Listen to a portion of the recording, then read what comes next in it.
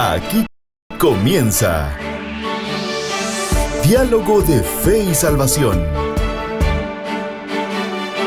Un programa que pretende establecer una conversación permanente entre la Biblia, palabra de Dios, y la cultura de hoy.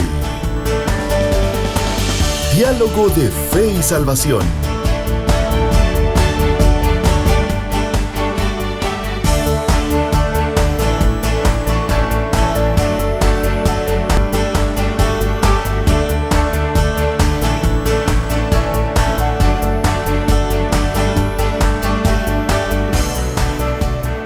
Saludos familia, bienvenidos a Diálogo de Fe y Salvación. Damos gracias al Creador por un programa más que nos permite compartir con ustedes y sean bienvenidos junto a mi compañero de fórmula, hermano Eddie Amílcar Osorio. ¿Cómo estamos, pastor? ¿Cómo está usted?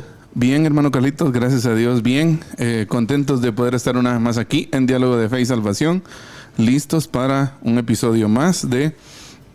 Pues como habitualmente lo hacemos todos los miércoles, ¿no? Así que bienvenidos a todos los oyentes o televidentes si están a través de Facebook Live, a través de Amigos TV también y por supuesto a través de las distintas radios, Radio Cultural Amigos los martes y ahora en vivo también a través de Radio Alternativa. Así es. Y pues bienvenidos todos, esperamos de que se puedan sumar. Esta es la continuación del primer episodio. Bueno, ya tuvimos un episodio, mejor dicho, ¿no? Sí. De la Reforma Protestante. Estuvimos viendo un poco el trasfondo histórico de la Reforma. Cuáles fueron las causas, ¿no? O lo que motivó a la Reforma Protestante. Y pues hoy vamos a ver el corazón teológico de ese movimiento reformador, ese movimiento que buscaba responder algunas preguntas acerca de Dios, de la iglesia y de otras cuestiones importantes para el cristianismo, ¿verdad? ¿Todo bien el fin de semana, pastor? Todo bien. Bueno, el sábado no le fue tan bien, pero el domingo todo bien. Todo calidad. Obviemos el sábado, digo. Sí. Obviemos eso. No, todo bien, gracias a Dios. Muy bien, qué bien. Muy bien. Entonces, como bien decía hermano Eddie, apreciados hermanos, cuando hablamos de la Reforma Protestante, no solamente estamos hablando del inicio, ¿sí? De algunas personas piensan que se habla del inicio del cristianismo, pastor. Ese es un punto bien importante para hablarlo. Y yo creo que es importante decir que no. Sí, no es ese el objetivo. Tampoco es el inicio del cristianismo. Cuando hablamos del cristianismo, pues sus inicios están en Jesús. La Reforma Protestante tampoco es, si lo queremos decir así, pastor, el inicio del evangelicalismo. Así es. Porque en la mente de los precursores de la Reforma y aún los reformadores en su momento, pastor, no estaban en hacer otra iglesia. Así es. Querían reformar su iglesia. Sí. Querían hacer cambios profundos, no cambios de fondo y no de forma. Exacto. Sí, lo que terminaron haciendo pues fue... Yo creo que fue la explosión y el resultado, ¿verdad? O sea, al verla con la postura oficial de Roma y la contrarreforma que se llevó a cabo, por ejemplo, en 1535 en el Concilio de Trento. Así es. Fue la postura, ahí sí que hasta cierto punto, pastor, en respuesta, ¿no?, a todas las 95 tesis que Martín Lutero pues publicó, ¿no?, en Wittenberg, ¿no? Así es. Ahora, aquí hay un punto bien interesante, pastor, que llama la atención. Hasta cierto punto, pastor, la Reforma también impactó a Roma. Sí. Y ese dato es bien interesante, fíjense. Sí. Uh-huh. Si queremos ver ese contexto, hasta cierto punto la Reforma también impactó a Roma, porque Roma era evidente que tenía que corregir ciertos errores que eran garrafales, ¿verdad? Usted, dentro de la corrupción que existía en ese tiempo en la iglesia. ¿Sí? Ahora, obviamente no lo hicieron de la noche a la mañana, pero sí pegó fuerte en las entrañas de Roma. Así es. Sí, definitivamente. Yo creo que, bueno, hay muchos. La Reforma tiene muchos puntos sobre los cuales pensar, sobre los cuales analizar y reflexionar. Pero yo creo que ese punto que usted menciona, pues ciertamente es algo importante, ¿verdad? No. Refinaron algunos puntos, otras posturas se volvieron peores todavía. Sí. No les quedó opción que tirarse de un bando, ¿no? Así es. Y también hay que decirlo, ¿verdad? Usted, que no todo lo que hicieron los reformadores era bíblicamente correcto, por decirlo así, ¿verdad? Sí. También los reformadores en cierta forma se equivocaron. Pero lo que sí no podemos negar es que sin duda Dios los usó para ese momento histórico de la iglesia, ¿verdad? Exacto. Ya, entonces para recuperar ciertas verdades, ciertos postulados teológicos importantes que tenían que ver con la autoridad de la iglesia, con quién tiene la autoridad en la iglesia, ¿verdad usted? Exacto. El papel de Dios en la salvación, el papel de Dios en la adoración de la iglesia, El papel de Cristo. el papel de Cristo, rol central en la salvación, ya el papel de la gracia, de la fe. Uy. Ya, entonces, y no se diga el papel de la escritura, ¿no? Claro. La autoridad total que debe tener la escritura por encima de cualquier tradición, experiencia o cualquier otra cosa que se quiera oponer a ella. Y ¿verdad? los postulados de los reformadores, pastor, si lo queremos decir así, y hablemos de tanto los precursores como ya los ejecutores, si queremos decirlo así, y hay que mencionar también, Eddie, los post-reformadores, que creo que fueron muy importantes, a veces Sí. más, pero muy importantes también, porque no quedó solamente, ¿verdad? Usted en el movimiento explosivo, en la explosión del 17, por ejemplo, la dieta de Worms más adelante, o sea, no quedó solamente eso ahí, sino que le dieron seguimiento y en algunos casos, pastor, sí, por ejemplo, pensemos en la Ginebra de Suiza, ¿verdad usted? A los niveles que llegó el impacto de la reforma, pastor, de establecer, por ejemplo, la primera escuela pública, si no estoy mal, ¿no? A nivel mundial. O Sí, sea, yo creo que usted. sí. Hay algunos puntos que reflexionar sobre eso también. Y yo creo que uno de los puntos importantes, hermano Carlitos, creo que no me recuerdo si lo mencionamos el miércoles pasado, es afirmar, ¿verdad usted?, que los movimientos teológicos o las renovaciones teológicas no son de la noche a la mañana. No. Sí, llevan años. Primero dijimos, yo pienso que tienen dos condimentos importantes, ¿no? Años, tiempo, necesitan tiempo para llevarse a cabo, para gestarse, y gente comprometida. Mire, usted mencionó algo importante y lo voy a interrumpir, perdone usted. Hay un dato interesante con relación a las escrituras. La reforma protestante, pastor, planteaban de que lo único que puede transformar al ser humano es Dios, ¿no? Así es. Y Dios a través de su palabra. O sea, lo que hay que buscar es que la gente tenga contacto con la palabra. Pero aquí hay un punto importante. La educación no accedía a todo el mundo. Sí, prácticamente la iglesia. Un porcentaje, pastor, de analfabetismo en la sociedad. Algunos se atreven a decir de un 95% de la población mundial. Sí, era una ignorancia terrible, ¿verdad? Entonces, uno de los primeros puntos de los reformadores fue, bueno, si queremos que la gente lea la Biblia, hay que enseñarle a leer. Primero enseñamos a leer. Pero hay que educarla. Enseñar a leer a alguien no es fácil. Sí. Y de ahí viene, ¿no? Esa hermosa, le voy a decir así, ese hermoso recuerdo de que miles de personas aprendieron a leer con una Biblia en la mano. Claro. Sí, entonces porque de ahí la Biblia empezó a ser traducida a lenguas comunes, ¿no usted? Porque se creía que esas lenguas no eran dignas de pronunciar, ¿no? Las maravillas, la palabra de Dios, ¿no? Pero bueno, tantas cosas que hay que hablar sobre eso, hermano Carlitos. Pero bueno, vamos a comenzar, ¿no? Vamos a hablar un poquito hoy sobre la teología de la Reforma Protestante, claro. ¿Sí? Y cómo se gestó eso teológicamente hablando, ¿verdad usted? Definitivamente, pastor, yo creo que es importante, como hablamos al principio, mencionar tal vez así de forma breve, porque no vamos a tener el tiempo para hacerlo específicamente, de forma breve, explicar cada una de las 5 solas, pastor, pero también hay un componente contextual en cada una de ellas. Sí, dentro de esto, si queremos decirlo, son 5 puntos generales, ¿verdad? Usted, importantes en donde se fundamenta la teología de la Reforma, sin perder de vista, obviamente, una multitud de detalles, ¿no? Sí, y un punto también, hermano Carlitos, es que esto se ordenó o se sistematizó después de la Reforma. Exacto. No fue que Lutero postuló estos 5 puntos, ¿verdad? Ese puso sus 95 tesis. Exacto. Entonces, ni Calvino, ni los demás, ¿verdad? Usted, no, ni Wycliffe, ¿no? Ellos no sé si en algún momento pensaron en estas 5 solas, ¿verdad? Usted. Sin lugar a dudas estaban inmersas, ¿verdad? Exacto, a eso me refiero. Pero la sistematización de esto, la ordenación, la exposición ordenada de estos principios, se dio post-Reforma, ¿verdad? Exacto. Obviamente analizando los escritos de ellos en el momento actual específicamente. Y pensemos y hablemos un poco acerca de la sola escritura. Uno de los puntos contextuales que encontramos en aquel tiempo, pastor, es que las gulas papales, por ejemplo, o la opinión, dicho, decreto o anuncio, la encíclica papal también, de Roma, por ejemplo, en algún momento podía estar sobre las escrituras. O igual a. Exactamente. O sea, podríamos decir que si al papa de aquel tiempo, ¿y qué pasó? Por ejemplo, cuánta gula papal ridícula, por ejemplo, de aquel tiempo, como por ejemplo, si queremos saber un poco de la gula de las indulgencias, ¿verdad usted? Entonces, pero esta opinión, ese escrito, sobrepasaba, si queremos decir así, la autoridad de las escrituras. En autoridad. Sí, es que ahí es donde voy a hacer un breve paréntesis aquí. Ahí es donde uno se va, bueno, al punto, ¿no? ¿Cuál es la fuente de tu teología?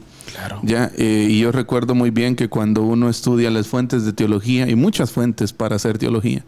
Ya está la experiencia, está la tradición, está el contexto que nos rodea. Pero lo que nosotros nunca debemos de perder haciendo un puente entre Reforma y ahora, ¿verdad? Es que por sobre todas las cosas, por sobre todas las fuentes de la teología, debe de estar siempre la palabra escrita de Dios. Ya la escritura, ¿verdad? Usted, porque en ese tiempo, bueno, un hecho famoso de Lutero es que él quemó una bula papal, ¿no? Claro. Ya él quemó una bula papal y se armó un relajo, ¿no? Usted, por la quema de ese documento. Pero hasta el día de hoy, no sé, ¿cómo se llama la última? Fratello Tutti o... de las que saca ahorita, Fiducia Supplicans. Yo creo que Fiducia Supplicans fue la última. Y esos documentos, el catolicismo los pone, el catolicismo romano. Sí, hay que especificar, ¿verdad? Catolicismo romano lo pone a la par de la escritura. Sí. Con la misma autoridad de la escritura. Y ese es el problema. Ahora, cuando nosotros decimos sola escritura, ese es el principio formal de la Reforma. Es, por decirlo así, desde donde arrancó todo. Y por eso sola escritura, le voy a decir así, en un orden debe ser la primera sola, ¿verdad? Porque escudriñando, en un orden lógico. Exacto, escudriñando la escritura es donde los reformadores descubren, ¿no? Se dan cuenta de las cosas. En 1521, miren, el histórico interrogatorio de la Dieta de Worms, Martín Lutero declaró que su conciencia estaba cautiva en la palabra de Dios y dijo lo siguiente, quiero citarlo textualmente, el discurso de la Dieta de Worms que dio Martín Lutero. Al menos, dice él, que se me convenza mediante testimonios de la Escritura y claros argumentos de la razón, porque no le creo ni al Papa ni a los concilios, ya que está demostrado que a menudo han errado y se contradicen entre ellos. Estoy convencido por los textos de la Sagrada Escritura que he citado y mi conciencia está ligada a la palabra de Dios. Excelente. Sí, qué gran declaración, ¿no? Del mismo modo, la confesión belga en 1561 estableció lo siguiente: creemos que esta Santa Escritura es de un modo completo la voluntad de Dios y que todo lo que el hombre está obligado a creer para ser salvo se enseña suficientemente en ella. No está permitido igualar los escritos de ningún hombre, a pesar de los santos que hayan sido, con las divinas escrituras, ni la costumbre con la verdad de Dios. Pues la verdad está sobre todas las cosas. Ni el gran número, antigüedad y sucesión de edades o de personas, ni los concilios, decretos o resoluciones, porque todos los hombres son de suyo mentirosos y más vanos que la misma vanidad. Por tanto, rechazamos de todo corazón todo lo que no concuerde con esta regla infalible. Interesantísimo. Confesión belga, punto número 6. Mire, ese punto 6 de la confesión belga creo que viene como anillo al dedo también hoy en día, o sea. Así es. O sea, porque hoy encontramos, me llama la atención lo que plantea ahí, que ni la costumbre, o sea, la costumbre no puede ser superior. La tradición no puede ser superior. Eso es interesante. Los dichos, todos los hombres son mentirosos. O sea, se plantea una correcta concepción de lo que el ser humano errante es. Así es. Y eso nunca hay que perderlo de vista. Por eso siempre el consejo que se nos da a todos, ¿verdad? Hermanos, tiene que ver con que si vamos a hacer teología, que sea a partir de la Escritura.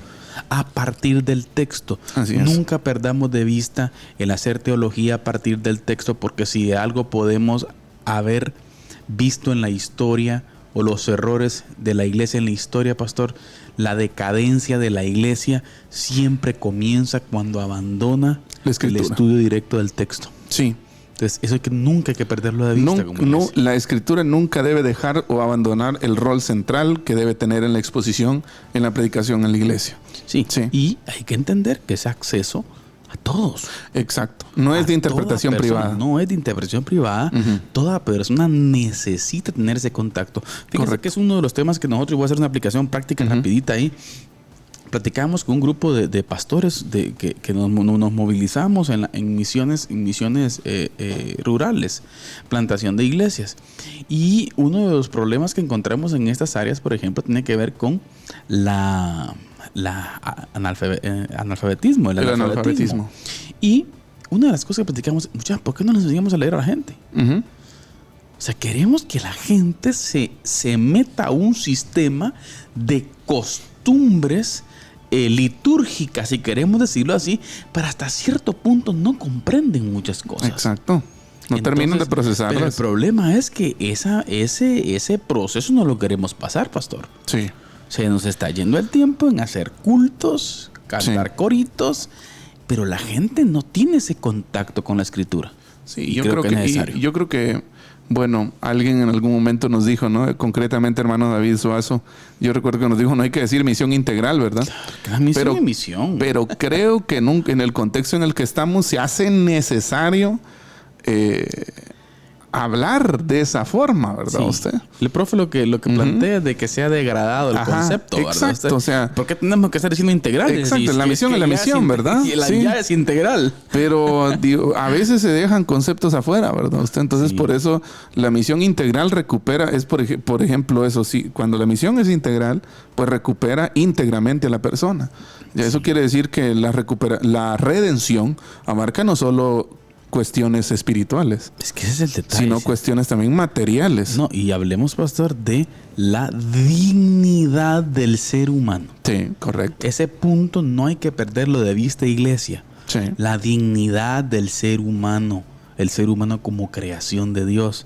O sea, no es posible que, como dice Santiago, pastor, alguien venga con hambre o con frío y yo le diga, voy a orar por vos. Sí.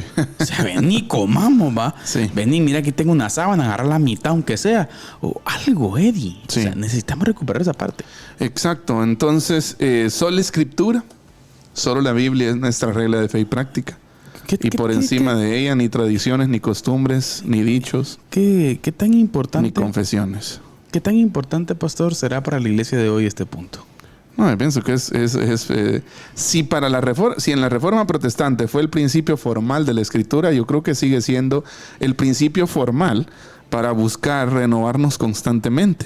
Digo esto, pastor, porque vivimos en tiempos en donde, por ejemplo, mucha gente pues, se emociona con supuestas profecías, mucha gente se emociona con supuestos dichos, ¿verdad? Usted extra Biblia, y a veces nos emociona más que alguien nos diga que el Señor dice a que lo que el Señor dice en su palabra. Sí, yo creo que vivimos, esa es una opinión personal. Pero yo sí creo que vivimos en una época de una terrible ignorancia bíblica, en donde la gente tiene comezón de oír y se amontonan para oír lo que quieren oír, lo que les satisfacen sus caprichos, su ego personal, ¿verdad? Sus ambiciones personales, ¿verdad usted? Sus ambiciones terrenales, y no a escuchar lo que Cristo quiere decir a través de su palabra, ¿verdad? Así es. Entonces, en tiempos como los que estamos viviendo, creo que se hace necesario una vez más decir solo escritura. Necesario. Solo escritura. Porque hoy, déjame decirle, perdón, pero no es solo el tema del romanismo ahora. No, es que estamos... No, el tema es que ya se nos metió. ya se metió en la iglesia. Sí, y hoy usted ve apóstoles usurpando el lugar de la Biblia. Hoy usted ve profetas usurpando, pastores, sí, diciendo que soñaron y que es palabra del Señor. Normas y costumbres. Exacto. Entonces, las tradiciones en su defecto, ¿verdad? Usted también se convierten en algún momento en una regla de fe y práctica para la iglesia, ¿verdad? Y nunca debe ser así. Nunca. Me gusta ese dato, pastor, de la confesión belga. Sí. Ahí me la va a pasar. Ahí se la pasamos. Yo creo que está como anillo al dedo hoy. Antes de ir a la cápsula del día con hermano Eddie, un saludo especial a los hermanos que nos están viendo a través de la transmisión, pastor, por Facebook Live. Por ahí está hermano Juan Alonso Mellao, hermano Juanito. Gracias también el pastor Jaime Osorio. Felicidades también por el programa que están trabajando en Guatemala, pastor. Cambio Radical GT. Así es. Que bueno, hermano Jaime. También por ahí el primo Wilber Brenes, allá a Minneapolis, si no estoy mal, pastor. Un saludo. Saludo especial. También nuestro hermano pastor, compañero de milicia y setecano, Samuel Gutiérrez. Un saludo, hermano Samuel. También hermano Neri Rubén, de Río Hondo. Y también al pariente Manuel Brenes, pastor. Así que saludos a todos. Saludos a Celeste Roque también, que está conectada ahí con nosotros. Muy bien. Así que gracias por estar con nosotros, pastor. ¿Listo? Estamos listos. Vamos entonces a la cápsula del día con nuestro hermano Eddie Amílcar Osorio, que siempre nos trae por ahí datos interesantes que son de bendición. Adelante, hermano Eddie. Diálogo de Fe y Salvación presenta la cápsula del día. La cápsula del día. Aprovechando que estamos hablando de la Reforma Protestante, quiero compartir con ustedes hoy una cápsula acerca de el sacerdocio universal del creyente. ¿Sabe? Los reformadores pusieron a flote el principio del sacerdocio universal del creyente. Cristo es nuestro único sacerdote y esto nos otorga, por la gracia de Dios, el derecho a ser sacerdotes ante Dios y ante el mundo.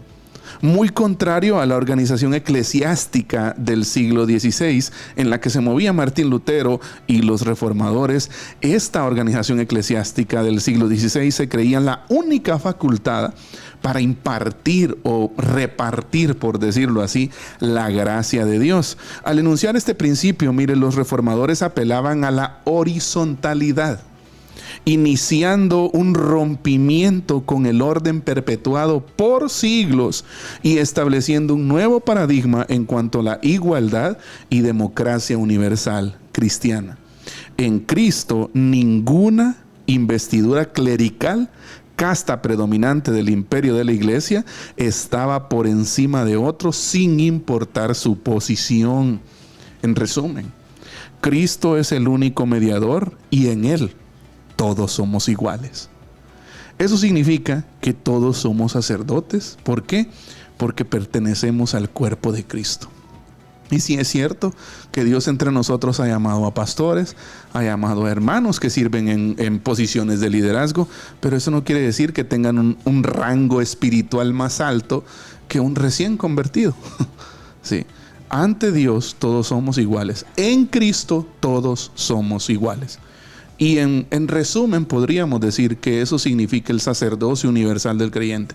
Todos estamos capacitados para acercarnos a Dios confiadamente a ese trono de la gracia para buscar ese oportuno socorro sin ningún intermediario. Usted es un sacerdote, yo soy un sacerdote. Y no hay que olvidar que el papel del sacerdote era un papel doble.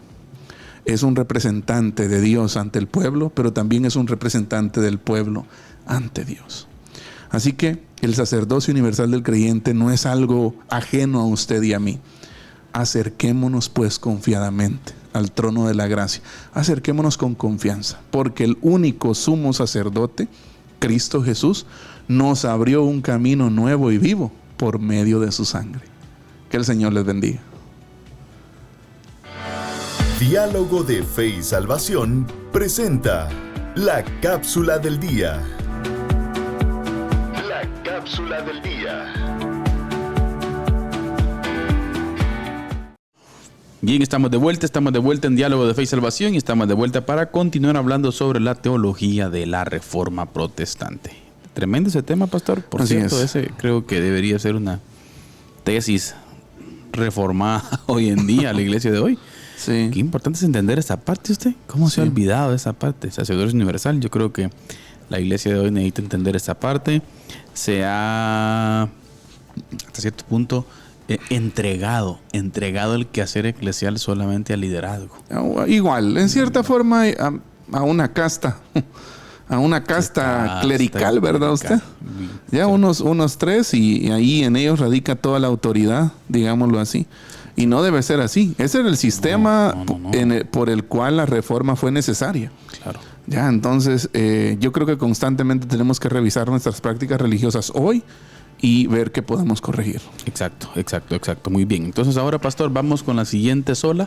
Sola fide. Sola fide. En este caso, sola fe. Sola fide, solo la fe. Sí. Sola fide, mire, el hombre puede ser justificado solo por la fe. Ujú. Y si sola escritura es el principio formal de la reforma, este es el principio material de la reforma. La justificación solo por fe.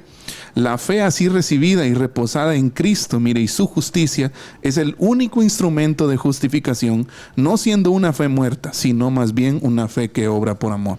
Uno de los pensamientos que golpeó y provocó, pastor, hasta cierto punto cierta ansiedad, desasosiego y hasta cierto punto cercano a la locura de Lutero es este.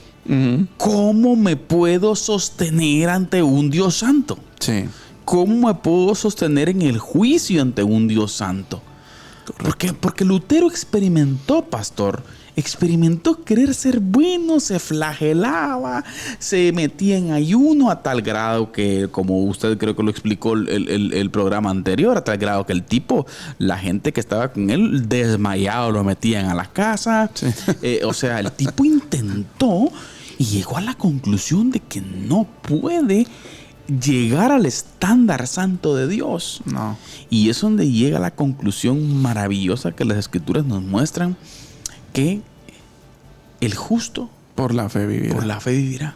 Exacto. Y fue pues Romanos 1, olvido el texto, pero el que le planteaba, ¿no? 1:18, ¿sí? Sí. Que el justo por la fe vivirá. O sea, llega al punto de plantear, ¿sí?, de que la fe únicamente es la que sostiene Así es. esa justificación. Y me llama la atención, me gustaba la ilustración que ponía el profesor John Inmer Packer. Y él decía esto, metafóricamente hablando, con la figura del Atlas. ¿Se recuerda el Atlas, aquel que sostiene el mundo, supuestamente? Del globo terráqueo. Del ¿no? globo terráqueo. Bueno, él dice esto, la fe sostiene. Así es. Sí, la fe es la que sostiene esa justificación. Correcto. Entonces, pastor, yo creo No puede que ser es- sostenida por obras, ¿eh? No. Sí. Es que no se puede. Sola fe, mire, agrego lo siguiente, es el artículo por el cual la iglesia se mantiene en pie o cae. Claro. ¿Sí? Hoy en día este artículo es ignorado, es distorsionado, a veces aún negado por líderes, profesores teológicos, académicos y pastores que creen ser evangélicos. No hay evangelio excepto el de la sustitución de Cristo por nuestro lugar, de tal manera que Dios le imputó nuestro pecado a Él e imputó en nosotros su santidad. Hace poco usted mencionaba también y hablábamos en un chat por ahí privado sobre cierta persona, olvido el nombre de esta, entre comillas, Sí. teóloga, la cual dice, no, es que es 60% Cristo y 40%, el nosotros. hombre. Ajá. Vamos. 40% que hay que ganarlo con ofrendas, con ir al culto, con visitas, con esto, con lo otro. No. Tremendo, ¿no? Usted, Lisney de Font, para que usted la Así se busque ahí llama. en internet. Búsquenlo. Sí, Lisney de Font. O sea, Ya, o sea, y la gente... Se y la, atreven a decir eso y la gente sigue. sí, la gente son miles detrás de esas personas. Solo ¿verdad usted? la fe. El Solo- justo solamente solo por la fe vivirá, pastor. La fe. Y hay que, perdón, solo hay que recordar rápido un punto que es importante. El hombre no tiene la capacidad de alcanzar el estándar santo de Dios. A eso íbamos, a eso íbamos. No hay ninguna base para ser aceptados frente Ese al es el punto. santísimo Dios. O sea, pastor, si usted llega con su expediente en el día del juicio, ¿a dónde va usted con su expediente? Solo hay una forma de que seamos aceptados ante Dios y es mediante el trabajo salvífico de Cristo. Mediante con el expediente de Cristo. Así es. Justificados pues por la fe tenemos paz para con Dios. ¿Por medio? Hay un solo camino. Exacto. ¿Ya? Entonces, justificamos esto con 2 Corintios 5:21, un pasaje preciosísimo. Al que no conoció pecado, por nosotros lo hizo pecado, para que nosotros fuésemos hechos justicia de Dios en él. Exacto. Y- Así que, como diría R.C. Sproul, Dios sí necesita buenas obras, pero no las tuyas ni las mías, la de Cristo. Sí, únicamente. Sí, así es. La obra de Cristo es la única obra buena que nos ayuda a nosotros a tener acceso al Dios Santísimo. Nadie va a entrar al cielo con su expediente personal. Correcto. No puede. No. No alcanza. Imagínese usted. Ahí sí, mire. Bueno, contradeciríamos nosotros lo que dice Pablo a los Efesios, ¿no? Ya, porque por gracia sois salvos. Por medio de la fe. Ya, por medio de la fe. Ya, y esto no de vosotros, dice. Pues es don de Dios. O sea, lo deja claro. Claro. ¿Sí? Entonces yo creo que es importante que reflexionemos que es sola fe. El problema fide. es un problema que está arraigado en el corazón del ser humano, pastor, que tiene que ver con la meritocracia. La meritocracia. Sí. En la meritocracia estamos acostumbrados a que damos, recibimos, trabajamos, somos devengados, sembramos, cosechamos, pero aquí es distinto. Sí, en el Evangelio es distinto. Aquí es distinto, el mensaje de Jesucristo es distinto. Y ahí sí que vamos a conectar más adelantito con la parte de la gracia. Que y con solos Cristo también. Es escandalosa, pastor. Sí, creo, aún la misma iglesia a veces, pastor, creo que tenemos problemas con un entendimiento profundo acerca de lo que la gracia es. Así es. Acerca de lo que la fe es. Esa imputabilidad. O sea, cómo es tan, pero tan pulcro y perfecto la imputación, pastor, que se nos es dada en, obviamente, justicia. Así es. Sí, somos declarados justos delante de Dios por medio de la Santos. fe. Y ese vehículo que nos lleva a esa justificación en las oficinas del cielo es la fe. Así es. Y Jesucristo, obviamente. Y es solo la fe. Y solamente la fe. Solo la fe. ¿La fe en quién? En Jesús. En Jesús. Quien vino al mundo, es el Hijo de Dios, quien se encarnó, nació de una virgen, estuvo aquí un tiempo, murió, fue crucificado como los profetas lo decían, sí, fue sepultado. Según la Escritura. Según la Escritura, resucitó al tercer día según la Escritura, ascendió al cielo según la Escritura y dijo que vendría. Así es. Y viene. Y obviamente viene pronto. Va a venir. Entonces, tercera sola. ¿Sí? Sola gracia. Mire, esta es una de las solas, pastor, más... la salvación es solo por la gracia de Dios. No existe otra forma. Quiero empezar con lo siguiente, y ahí comentamos. Solo la gracia va a tener especial relevancia, ya que la Reforma Protestante, miren, nace en un momento en donde las almas de los muertos podían liberarse del infierno poniendo dinero en el alfolí. Y explicamos y mediante la compra de indulgencias. Exacto. Explicamos un poquito el programa anterior, pastor, sobre el contexto, no del por qué. Se recuerda que hablamos del obispo de Maguncia, por ejemplo, la construcción de la catedral de San Pedro. Eso estaba de fondo. Hablamos del evangelista John Tetzel, ¿verdad? Sobre el rol que este tenía, y se predicaba, pastor, que usted podía comprar su salvación. Sí, y hasta le daban su escriturita, ¿no? Claro. Es como su documento de comprobación. Y mire, según algunos documentos, hasta había gente que se jactaba y le decía a aquel que no podía comprarla: y mira, yo tengo comprada mi salvación. O sea, mira el nivel que llegó esto, pastor. Qué terrible, ¿no? Recuerdo mucho en un escrito, pastor, las frases que en aquel tiempo existían. Bueno, decían, escuche esto: no va a haber comida por un mes en casa, pero vamos a sacar al tío Hans del infierno. Así. Y literalmente no comía la gente pobre. Fue lo que había que sacar al tío del infierno. Fue lo que a Martín lo explotó y dijo: ¿cómo es que el Papa no puede darle una gula gratis? Sí. Y llega al punto: es que esto no es así. Esto es por gracia. Sí. No hay mérito humano, pastor. Así es un regalo del Señor. Es un regalo del Señor. Y bueno, hay muchos pasajes bíblicos que podríamos citar, pero solo quiero citar Efesios 1:3. Bendito sea el Dios y Padre de nuestro Señor Jesucristo, que nos bendijo, dice, con toda bendición espiritual. Bueno, lo voy a leer por partes. Según nos escogió en el antes de la fundación del mundo, en amor habiéndonos predestinado para ser adoptados hijos suyos por medio de Jesucristo. Y escuchen, según el puro afecto de su voluntad. ¿Y de dónde está lo escandaloso aquí? ¿Por qué ese puro afecto? ¿Por qué ese don de Dios, pastor? Porque hay que entender la posición del ser humano. La Biblia dice claramente, Pablo enemigos, da una exposición magistral en el capítulo 3 de Romanos, pastor, en donde explica que el ser humano es pecador. Así es. El ser humano está separado de la gloria de Dios. Correcto. No tiene la capacidad el ser humano de buscar a Dios. No hay quien busque a Dios, dice la Biblia. Correcto. ¿Sí? O sea, no tenemos ni el más mínimo deseo. Mérito. Exacto. Por lo tanto, no existe tal cosa. Estamos destituidos de la gloria de Dios. Así es. Fuimos constituidos enemigos de Dios. Y eso es clave entenderlo porque... Para ver lo escandalosa que es la gracia del Señor, ¿no? Exactamente. Yo creo que nos quedamos cortos aún, ¿verdad? Así Pero es. creo que es clave comprender esa parte de dónde estábamos, lo que éramos y lo que Dios hace con el ser humano, pastor. Correcto. Efesios sigue diciendo según el puro afecto de su voluntad. Bueno, algunas otras versiones dicen según el beneplácito, ¿no?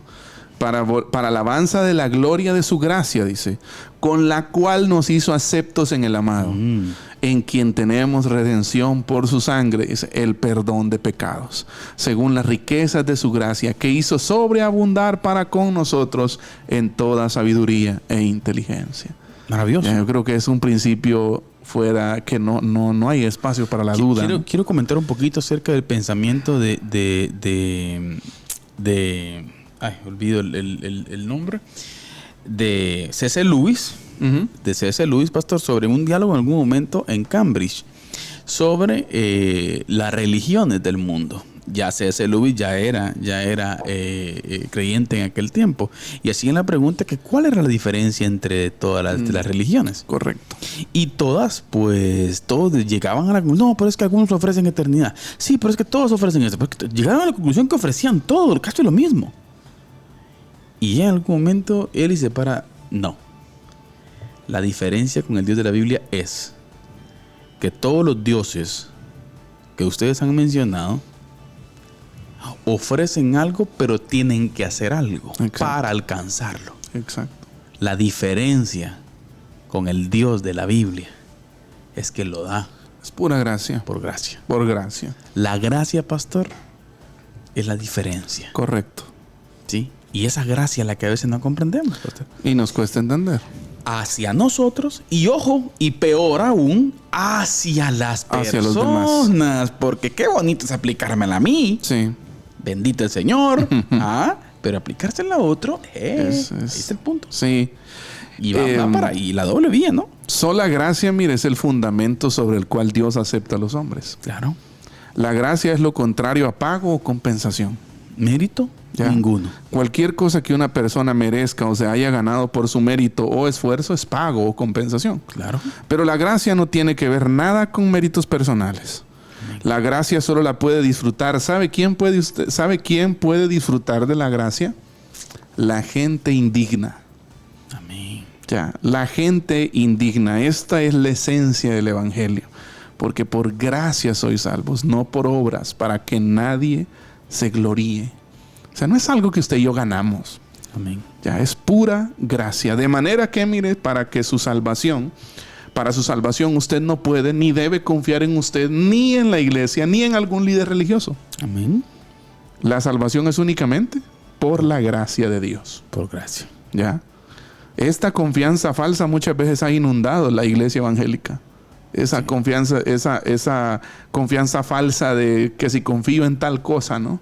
No, Y yo creo, pastor, que ese mismo sentido, mire, de meritocracia, es lo que nos destruye nuestras relaciones. ¿Por qué digo esto? Porque muchas veces nosotros pensamos que llegamos a ser lo suficiente buenos para recibir esa gracia. Correcto. Entonces nos cuesta ofrecerles esta gracia del Dios Santo a los pecadores. Sí. Y es por eso que la iglesia tiene ese problema, pastor. Igualmente, siguiendo esa misma línea de pensamiento, se llega a adquirir una concepción de pensamiento en donde usted cree que hay personas que no merecen la gracia del Señor. Que ese es el punto. ¿Ya? Y ese es el punto. La gracia de Dios nadie la merece. ¿Ya? Por eso es gracia. De otra forma ya no es gracia. Exacto. ¿Ya? Exacto. Ahora es que el punto es distinto. El punto también es importante. Mire. ¿Qué me hace pensar a mí que yo, delante del Señor, puedo sostenerme? Soy mejor ¿Qué otro? Que Adolfo Hitler. Sí. Ahí es donde entra la parte de la meritocracia, ¿no? Es que es el punto. Sí. O sea, es un problema, pastor. No alcanzamos a entender esa parte. Así es. Y necesitamos entenderla. Correcto. ¿Sí? Es algo que nuevamente se necesita recuperar en la iglesia. Exacto. ¿Sí? Entonces, le recordamos sola escritura, sola fide, sola gracia. Pero ¿Sí? continuemos con Soli Deo Gloria. No, vamos a seguir con solus Christus. ¿Sí? Solus Christus. La tercera sola en este sentido. Solo Cristo, solamente por medio de la obra de Cristo hay salvación.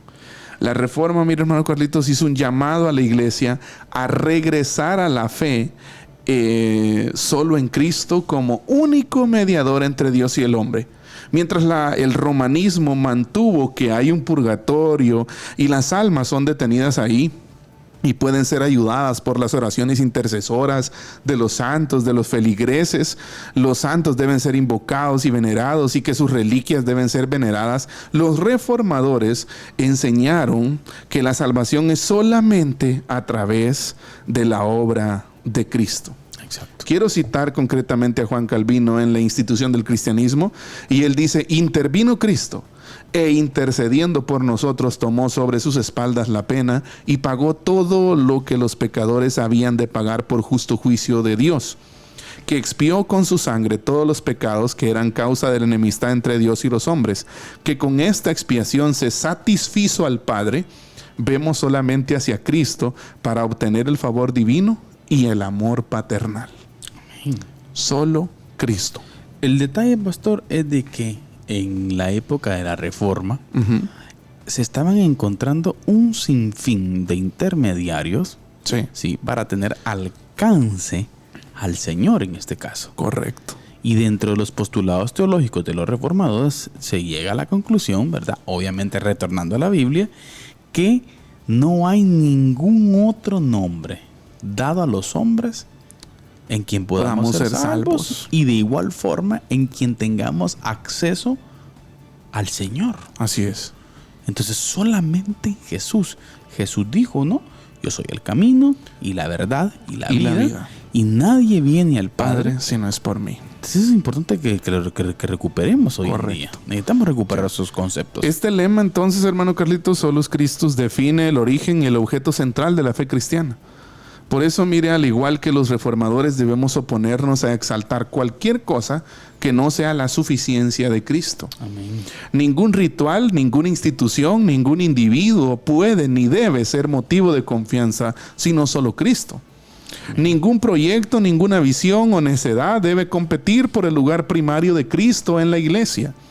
Ninguna filosofía, ningún ideal, ningún argumento debe ser predicado en la iglesia que no exalte a Cristo y su muerte en la cruz por el pecado de los hombres. Ya, tenemos fe en Cristo, no fe en la fe. Ojo, Tenemos fe en Cristo, no fe en la fe. No fe en las oraciones. Amén. No fe en la iglesia. Interesante. El objeto central de nuestra fe, el único que es digno de esa confianza como Salvador, es Cristo. Solamente. Así que no tenemos fe en la fe, no tenemos fe en las oraciones y tampoco tenemos fe en la iglesia. Sí. Tenemos fe en Cristo. Mucho menos en las personas. La iglesia es una comunidad de fe que es de bendición para nosotros. Claro. La oración es una herramienta de diálogo con Dios preciosa y valorada por mucho por el pueblo cristiano. Pero no tenemos fe en ello. Tenemos fe en aquel que escucha nuestras oraciones. En Cristo. En Cristo. Son el medio. Estas cosas que usted acaba de mencionar, pastor, pueden ser medios. Correcto. Los medios que nos pueden llevar a. Nunca un fin. Pero no el fin. Así es. Cristo y su cruz, mire, jamás deben ser reemplazados o desplazados o sustituidos por alguna visión, ideal o personaje. Solo Cristo y su muerte en la cruz son el centro de nuestra visión cristiana y de nuestra fe. Amén. Así que solo Cristo. No hay otra forma. No hay otra forma. Ahora, una de las preguntas que podríamos hacernos es, bueno, ¿por qué Jesús? Ese es el punto. ¿Por qué Cristo?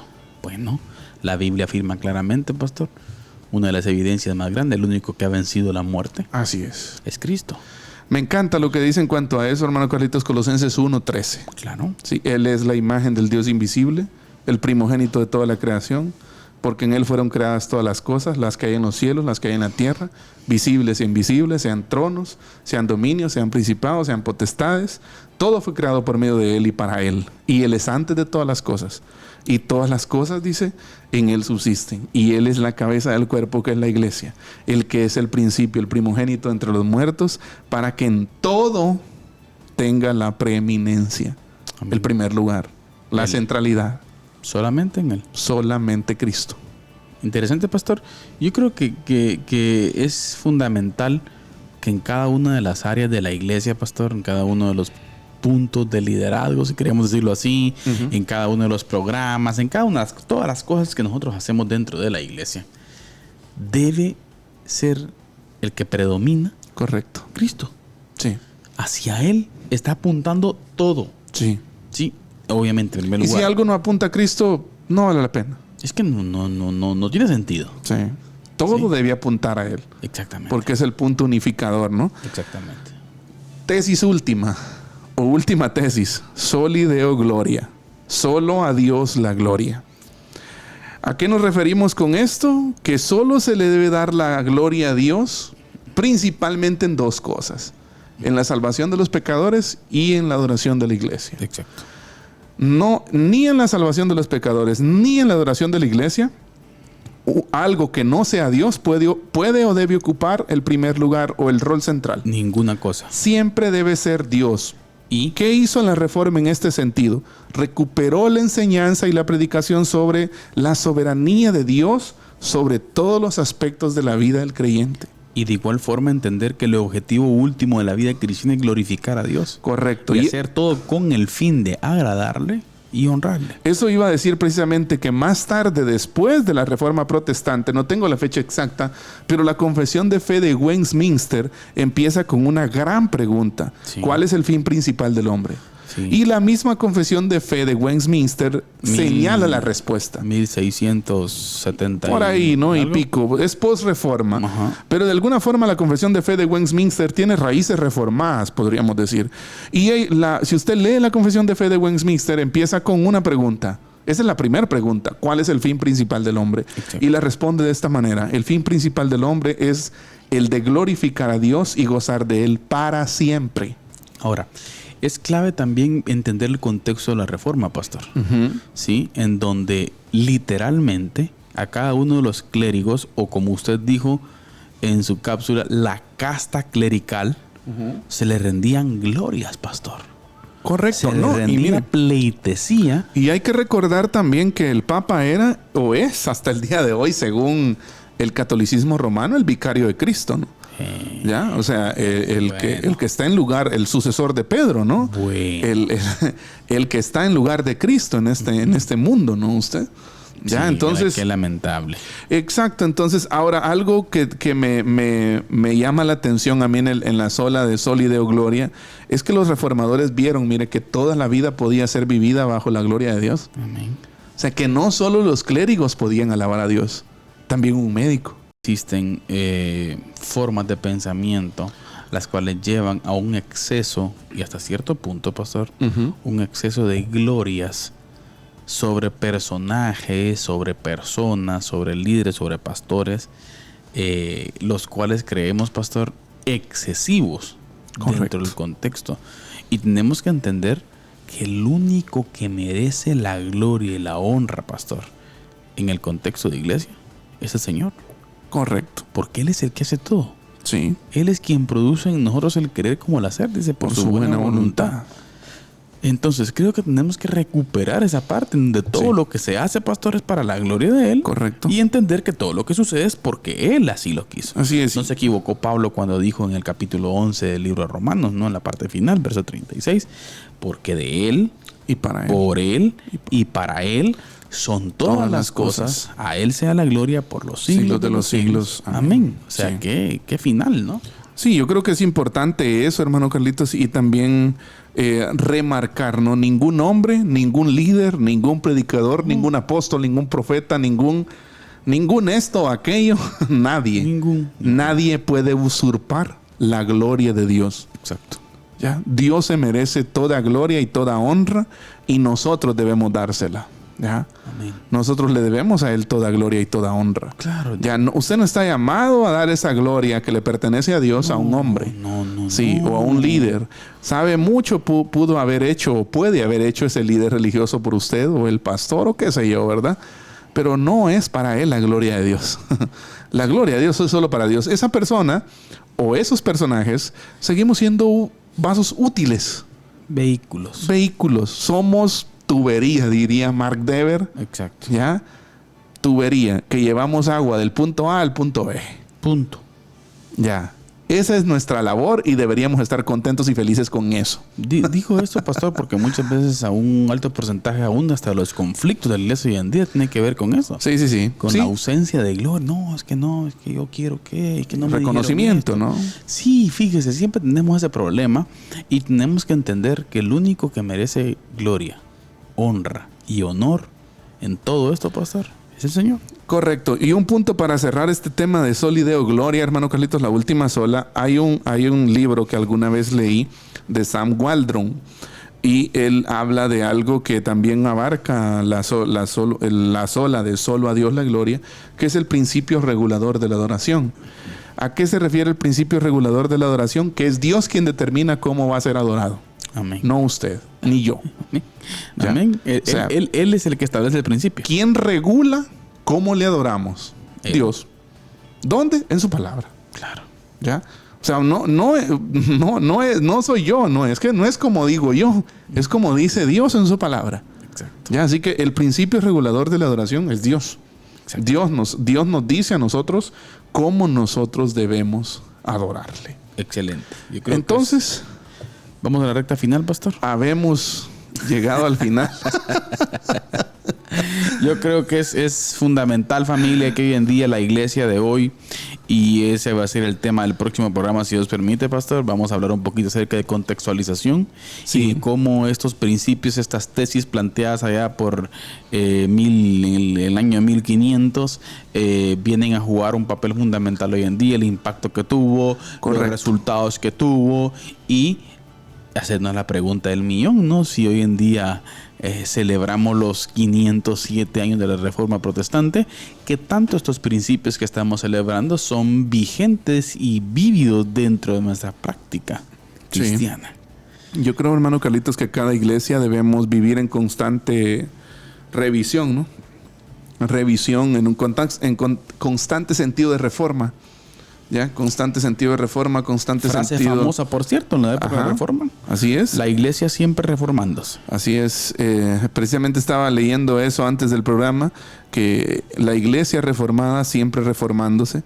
Exacto. Y que más tarde, si no estoy mal, por un teólogo holandés, le fue añadida la frase secundum verbum Dei, que es la iglesia reformada siempre reformándose según la palabra de Dios. Exacto. ¿Ya? Porque la reforma tiene en el corazón eso. ¿Ya? Si nosotros buscamos, por decirlo así, reformas en la iglesia local hoy, tiene que ser según la Escritura. Exacto. Según la palabra de Dios. ¿Ya? Yo creo que Dios anhela hasta cierto punto que constantemente nos estemos renovando. Claro, y yo creo que lo vemos también plasmado en el Antiguo Testamento, donde Él constantemente llamaba a su pueblo que volviese a Él. A una renovación constante. Pero esta renovación constante siempre debe ser tomando en cuenta según la palabra de Dios. Solamente. Así es lo único que puede provocar transformación en el ser humano, pastor. Correcto. Pasar del concepto de la experiencia del contacto con la palabra. Así es. Así que ánimo.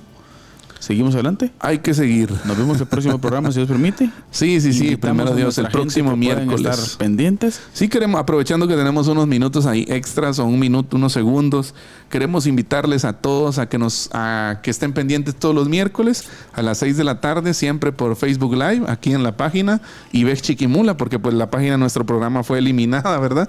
Pero en la página de Ibex Chiquimula, usted aquí va a encontrar los lives todos los miércoles a las 6 de la tarde, también en la página de Amigos TV y por supuesto también en Radio Alternativa. Y los martes este programa se retransmite también por Radio Cultural Amigos. Igualmente usted entre unas horas ya puede ver este programa en YouTube y también en Spotify, en Amazon Music, estamos en casi todas las plataformas de podcast, así que Búsquenos como Diálogo de Fe y Salvación y será un gusto para nosotros será un gusto para nosotros compartir el contenido. Súmese al diálogo, déjenos sus preguntas, sus comentarios, aporte a la conversación, comparta. ¿Verdad? Y comparta también. La verdad es que lo que anhelamos es que la palabra de Dios corra y sea glorificada, como dice ella misma, ¿verdad? Amén, amén. Así que, familia, gracias por haber estado con nosotros. Entonces, les recordamos, queridos hermanos, sí, la Escritura debe estar ahí. Así es. En el centro de nuestras iglesias. Sí, estos principios que sin lugar a dudas vinieron a provocar una transformación en el mundo entero. Así es. Puede suceder nuevamente. Así es. Así que gracias por haber estado con nosotros. Esto fue Diálogo de Fe y Salvación. Nos miramos siempre el próximo programa, pero antes siempre les queremos recordar que la verdad no solamente puede ser corrompida por la mentira, sino también con el silencio. Que Dios les bendiga. Amén. Diálogo de Fe y Salvación. Temas actuales a la luz de la Biblia. Muchas gracias por acompañarnos en esta edición. Hasta la próxima.